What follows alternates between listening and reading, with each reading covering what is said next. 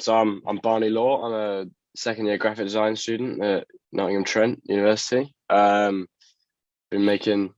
designing hoodies, t-shirts, whatever for the past couple of years for myself and my mates, but most recently just put out a brand in the last year, which has then won the competition on for everyone. So Yeah, amazing, man. yeah. Is that the brand you do it with someone else? Is there someone else doing it with you? Is Yeah, that yeah. yeah. So I do it with my best mate Ben. We live together now. So yeah, we started it last year together. I do the kind of designing. He does the whole keeping everything going. Really, you've probably had more conversations with him than you have with me if Oh, it's for through the real? brand. Like all pretty much the emails he would have done. So, but Okay. So you yeah, concentrate more on the creative stuff, and he's more on the business thing, right? And yeah, yeah. But well, we help each other on either side, but of course. that's predominantly it. Yeah.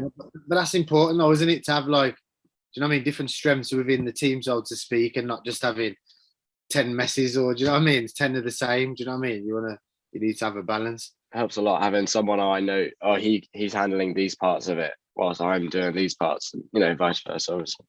So tell me a little bit about like your experience of the EbyEJDER initiative and things like that. Like Yeah, how did you hear about it? And I heard about through Ben. Ben's like my kind of eyes and ears to the whole fashion industry and everything. He knows what's going on with everything. So um, he showed me it, and then obviously I then came up with the design.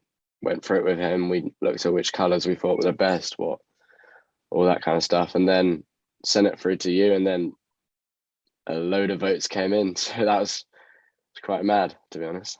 well, like what was your perception, or what was you thinking in terms of like what was on offer? Do you know what I mean? Like why was you doing it? Like what was your motivation for doing it? What did you hope to achieve or gain from it and things like that? Well, it's a nice first it's portfolio building for me. Originally I had no thoughts of it winning the whole thing, but it was just nice to get design. As over summer, I was just getting designs out like every 2 days. I was doing designs for different people. I'm on Fiverr at the moment, so I do work for other Okay. companies. So I got a company that I'm doing work for at the moment.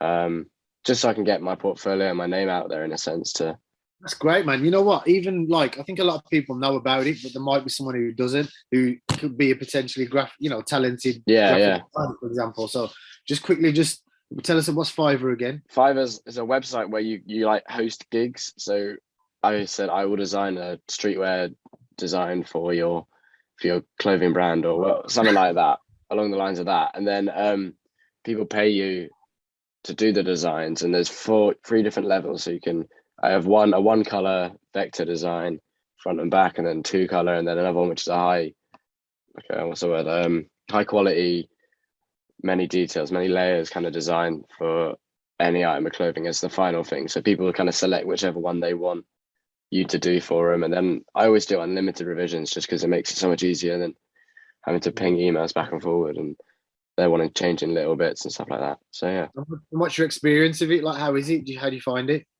it's good. It's a very good website, to be honest. Very well, obviously it's been about for a while now. I'm fairly certain.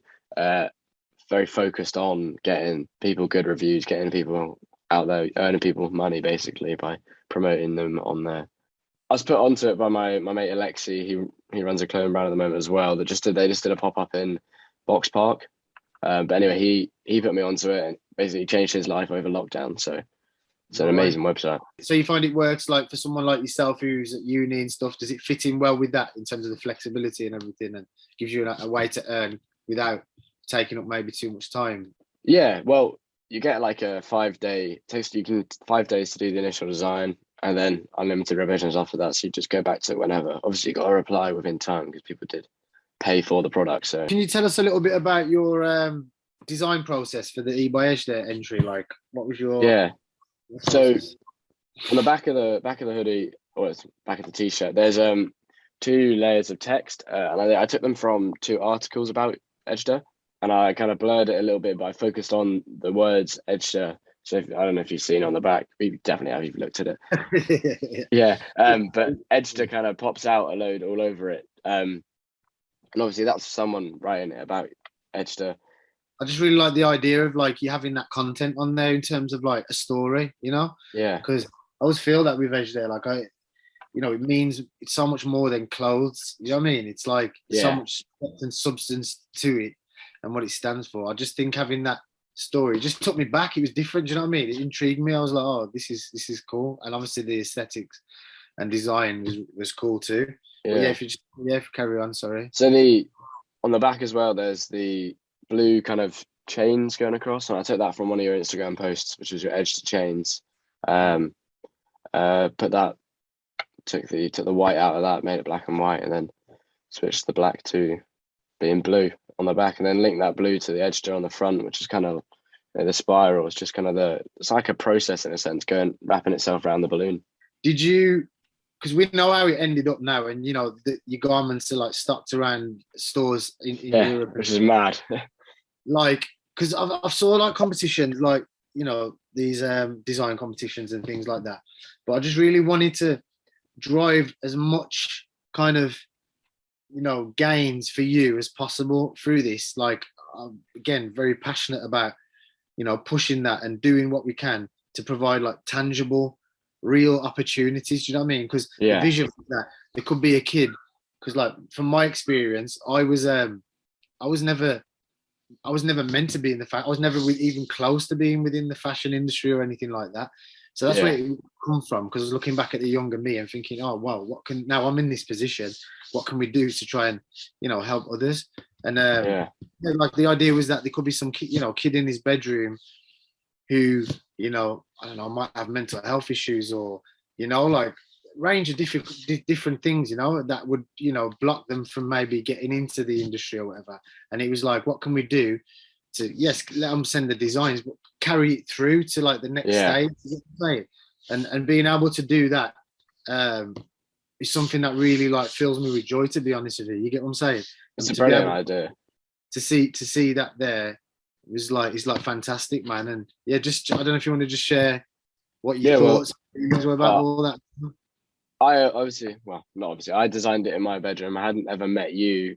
I hadn't done anything. I just sent it over, not a thought in a world about it. And then since it's kind of taken it from there, we've had growth on our account from it. We're growth in sales from it. So it's kind of helping me push. Like you, I don't have anyone that I know in the fashion industry. It's just kind of myself and thinking about how I can get into it. But you're Yeah, getting into it now. Do you get what I'm saying? You got me. that's what I'm saying. This is It what's gave happening. kind of gave a little bit of a bump and a boost to show that I can actually do it. That's what it is, Barney. At the end of the day, it's you and Ben. That if it's not for Yeah, you, it doesn't exist. So it's you guys. But if people that you're connected to, or whoever, like the community, the extended community, we can all do little bits. I'm doing a bit, and someone else will do a bit. Do you know what I mean? If we're all yeah, helping exactly. this is how we all move forward, man. Yeah, And no, I hope it's been a pleasurable experience for you, man. And it has been. It's been brilliant. and you've enjoyed it, man. Yeah, What would you say to someone who was thinking about entering themselves? just go for it. Like, do as many designs as you can. Put them in. There's no real harm in a sense. Like you mentioned earlier, you said like if you entered because it's the process you get into design something else, and at the very least, you've got your portfolio. You know what I mean? It's adding more work to your library and your experience, man. If you're like a designer who's good, you're skilled. There's literally no harm in putting it. Even if you're not skilled, you'll learn a lot from it because you're basically creating something that isn't to do with you. Like a lot of people who start a brand, they make all the designs based on the name they chose, everything like that, or the designs are doing it because of what they chose. But this is something. It's an external brief that you set in a sense. It was a very loose brief though, and I purposefully did that because I wanted to just really give the creative freedom to you guys. But definitely agree with what you're saying in that even that is a challenge in itself. It's like having to create something for someone else almost, you know what I mean? And having to get your brain around that and practically start doing it. How do you think is anything that you think we could like do to change, improve it, or? No, to be honest. Like well, for me, obviously it worked perfectly, but I would say, well, I assume if you're doing the next one, I wouldn't let previous winners win. Obviously, I don't know what you've decided about that anyway, but Um, That's somewhat just food for thought. gives more people a chance in a Yeah. sense.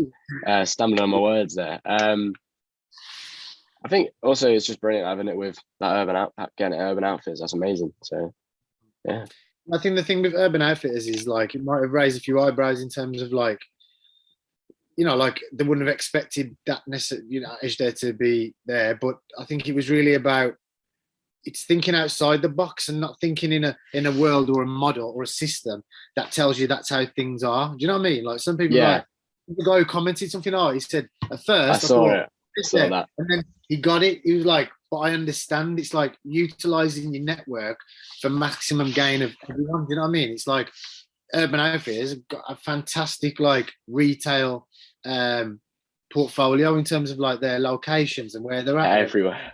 it's like everywhere we're talking everywhere, like across Yeah, the world.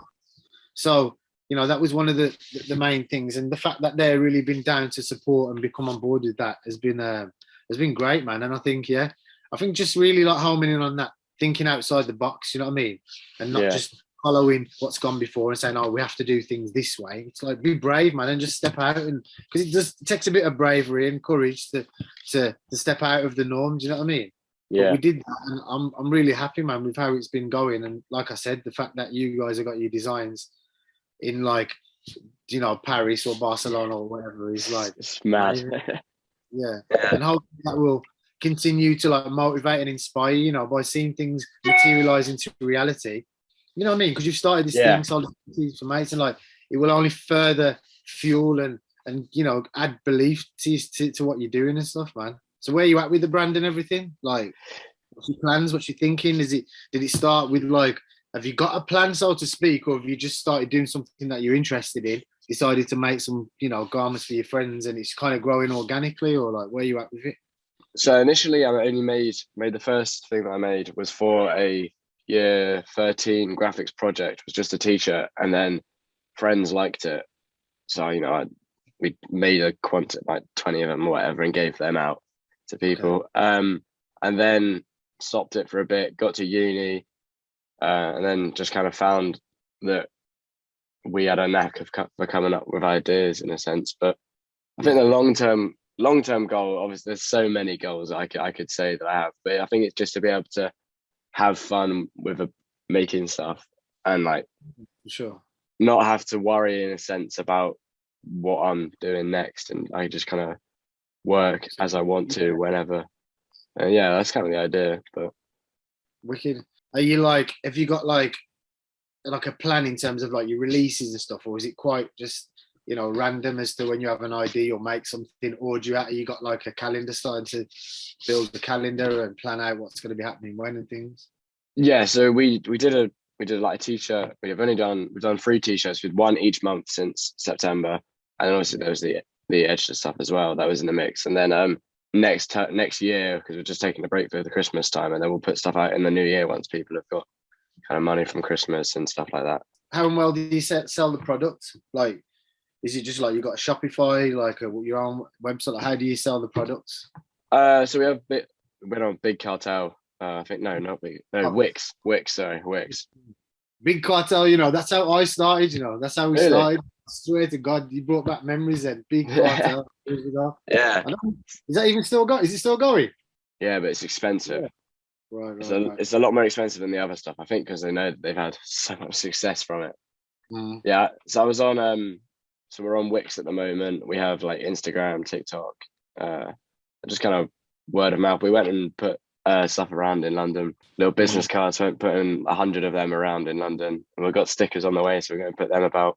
Are you looking at just selling direct to the consumer, like online, or you also want to get into stores? Like, what's you thinking, and where are you at with that?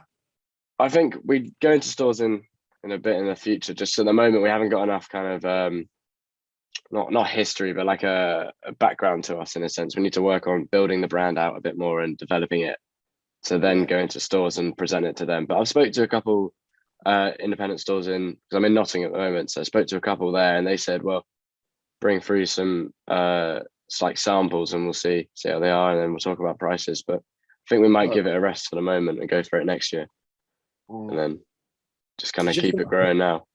Have you like what's your understanding about like the pricing and everything and how it works and getting into stores and stuff like that? I know that some companies will buy a quantity off you, like some stores, but then there's a store in Nottingham that they're a consignment store. Yeah. So they take our stock, or however many we not the whole stock, you know what I mean? However many we give them, and then they'd sell them for their price, but they'd pay us our price. So I don't know really if that's the best way to do it, but we haven't really spoke to them either. So I think these days there's lots of ways. There's even more, you know, innovative ways coming about and ways of doing things. But like from a traditional model, like you know, like an industry standard type of thing, how it would work is that you'd have something. So let's say it costs you £10 to make, right? So it costs you £10 all in, landed to your door per unit for this item.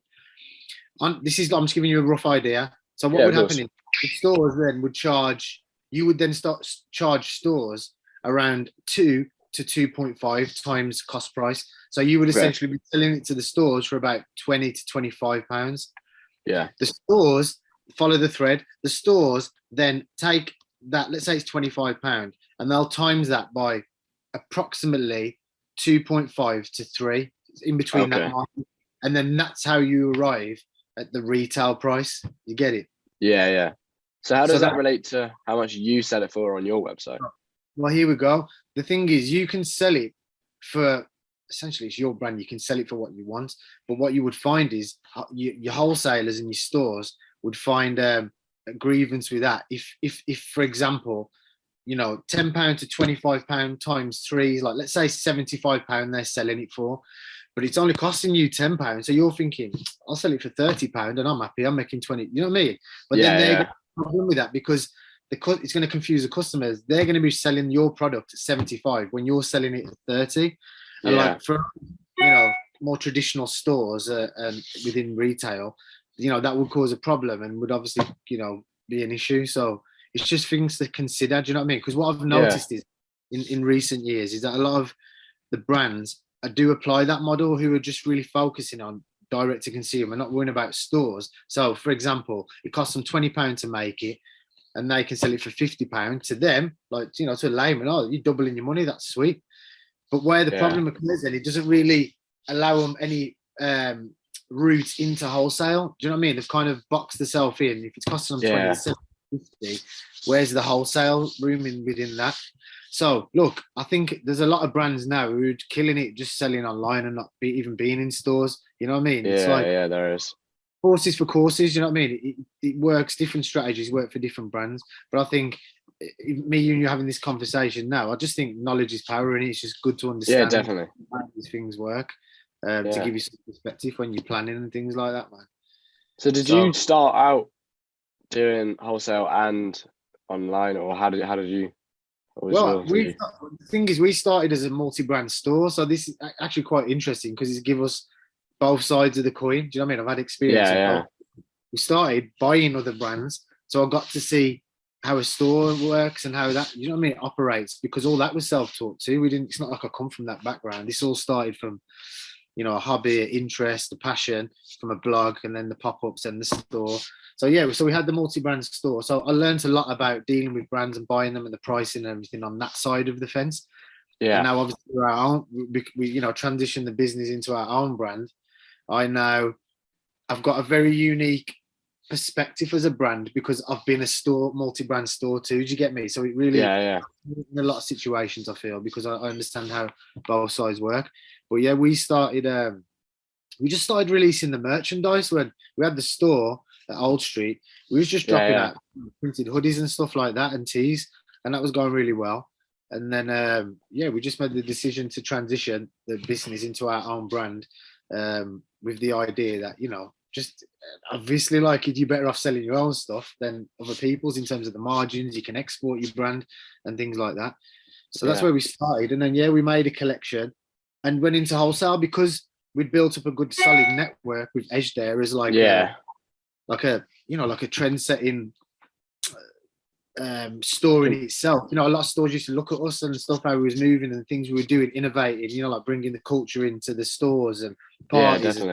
It's like that wasn't 7, 8 years ago. Prior to that, that wasn't really a thing that really existed. You know what I mean?